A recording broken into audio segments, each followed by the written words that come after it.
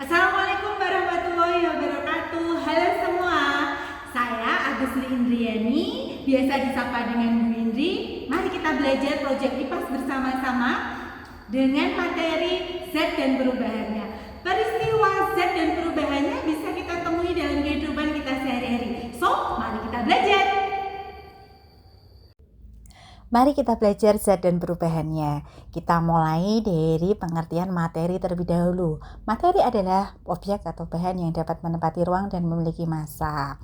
Sekarang kita lihat yang ada di ruang kelas kamu. Di situ ada meja, kursi, meja guru, kemudian ada papan tulis. Semuanya itu adalah materi. Mengapa? Karena yang kita sebutkan tadi itu bisa menempati ruang dan memiliki massa. Wujud zat terdiri dari 3 jenis, yaitu padat, cair, dan gas. Materi dibedakan menjadi 2, zat tunggal dan campuran.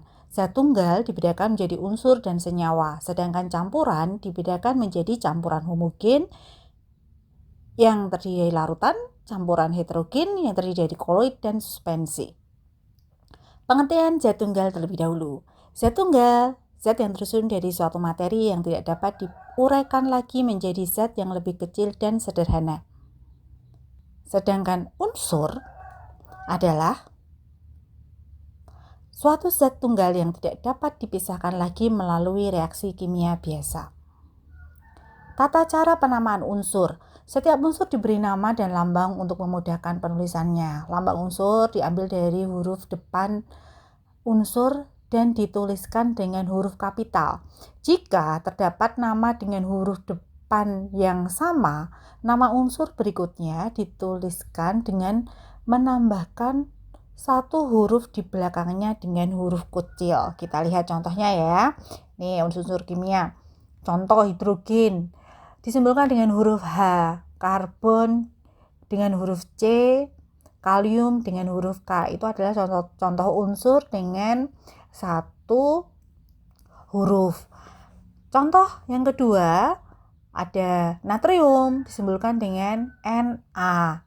Nah, huruf pertama huruf besar, kemudian huruf yang keduanya huruf kecil. Kalsium Ca. C besar, A-nya kecil. Mangan M besar, N kecil. Dan seterusnya, masih banyak lagi contoh-contoh unsur kimia. Selanjutnya kita belajar yang senyawa. Senyawa merupakan gabungan dari beberapa unsur yang berbeda jenis dan saling berkaitan melalui reaksi kimia dalam perbandingan massa tetap dan tertentu. Contoh-contoh senyawa. CH3COH. Contoh saat kamu makan bakso, kamu ingin menambahkan rasa segar, kamu menambahkan cuka. Nah, cuka ini merupakan contoh senyawa dengan rumus kimia CH3COH.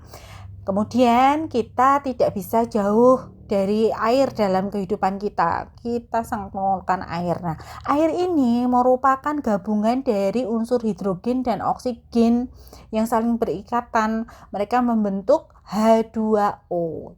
H2O merupakan rumus kimia dari air. Kemudian di sini yang punya motor itu memiliki aki. Nah, larutan aki disebut dengan asam sulfat. Rumus kimianya adalah H2SO4. Gabungan dari 3 unsur yaitu hidrogen, sulfur, dan oksigen. Mereka membentuk H2SO4. Baik, sekarang campuran. Campuran merupakan gabungan 2 zat atau lebih yang masing-masing zat penyusunnya masih memiliki sifat aslinya. Campuran terdiri dari 2, yaitu campuran homogen dan campuran heterogen. Untuk campuran homogen, ini contohnya larutan. Campuran heterogen, contohnya koloid dan suspensi. Pengertiannya, larutan. Campuran homogen yang komposisi zat penyusunnya sudah tidak dapat dibedakan lagi. Contoh, kalau kamu membuat larutan gula, kamu mencampurkan gula dan air, kemudian kamu aduk. Nah, hasilnya larutan tersebut sudah tidak dapat dibedakan lagi antara air dan gula. Kemudian, koloid merupakan campuran heterogen yang terbentuk akibat terdispersinya suatu zat ke dalam zat lainnya. Kemudian suspensi ini merupakan campuran yang masih dapat diidentifikasi antar zat penyusunnya karena tidak tercampur secara sempurna. Contohnya itu kalau air sungai yang keruh itu kerikil-kerikil di air sungai. Nah, itu contoh dari suspensi mudahnya. Oke, sekarang kita lihat dari contoh koloid ya. Sol padat. Contohnya kaca berwarna, mutiara, logam alloy. Sol atau gel, agar-agar, tinta, cat, lem. Aerosol padat, asap. Emulsi padat, contohnya keju, mentega. Emulsi, susu, santan. Aerosol, awan, kabut, hairspray. Busa padat, contohnya styrofoam, batu apung.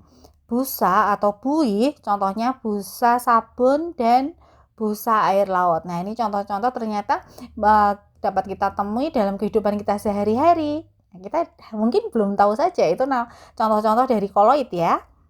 Nah, sekarang perubahan materi. Perubahan materi dibedakan menjadi dua, yaitu perubahan fisika dan perubahan kimia. Pengertian dari perubahan fisika merupakan perubahan zat tanpa mengubah sifat asli zat tersebut. Perubahan kimia merupakan perubahan zat dengan menghasilkan zat baru yang memiliki sifat berbeda dengan zat awalnya dan tidak dapat kembali seperti semula. Oke, kita ke ciri-cirinya supaya lebih paham. Ciri-ciri perubahan fisika: 1. Tidak terbentuk zat baru. 2. Dapat kembali ke bentuk semula. 3. Hanya perubahan fisik saja. Dan ciri perubahan kimia: terbentuk zat baru, tidak dapat kembali ke bentuk semula. Kemudian perubahan yang terjadi diikuti dengan reaksi kimia. Berikut adalah contoh-contoh dari perubahan fisika dan perubahan kimia di dalam kehidupan kita sehari-hari. Selamat menyaksikan.